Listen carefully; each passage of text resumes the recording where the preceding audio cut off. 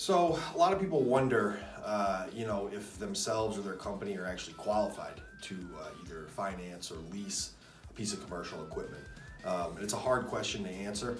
There's a lot of different aspects to it, but to try to sum things up, the long and the short of equipment financing is to really be qualified. You need to have, you don't need specific time in business. But ideally you want to be at least 2 years time in business. That gets you out of what's called the startup category. So anything under 2 years is considered a startup.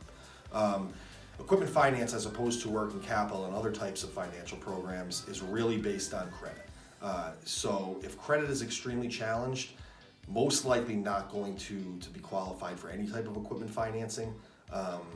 So you really want to see a solid credit, I'd say of about 625 or better. And we could talk days about what a good 625 versus a bad 625 looks like. But to sum it up quickly, somebody who's paying an existing trade line successfully with zero lates that has a similar cost to the piece of equipment they're purchasing is considered a good trade line. That's considered what's called comparable credit.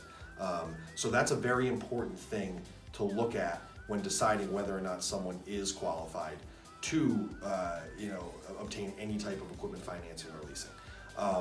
So there's some other factors as well. Having a current mortgage helps. Having auto loans similarly priced to the piece of equipment that you're purchasing helps. So to sum things up, regarding the question of do I qualify for equipment financing, if you've been in business for 2 years or more and you've got a solid credit score of 625 or better FICO, you're going to want to contact us because we're going to be able to help you with your equipment financing and leasing.